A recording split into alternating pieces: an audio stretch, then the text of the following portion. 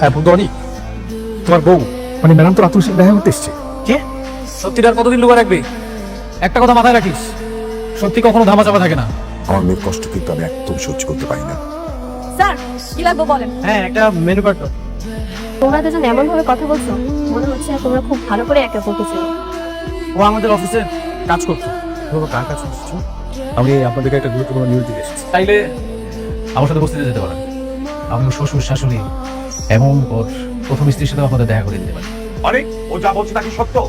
তুমি বৃষ্টিকে বিয়ে করার আগে আরেকটা বিয়ে করেছিলে? বাবা, আমার সন্দেহ হচ্ছিল, কিন্তু এখন রাতুলের কথা শুনে সব পরিষ্কার হয়ে গেছে। একটু আগে যাকে কাজের মেয়ে হিসেবে পরিচয় দিয়েছে, আসলে সে তোমার স্ত্রী। কিন্তু আমি ওর প্রথম স্ত্রীকে চিনি, আজকেও তার সঙ্গে আমার দেখা হয়েছে। ছি ছি ছি ছি, ছি। এত বড় প্রতারণা! অনেক তুমি এটা কিভাবে পারলা?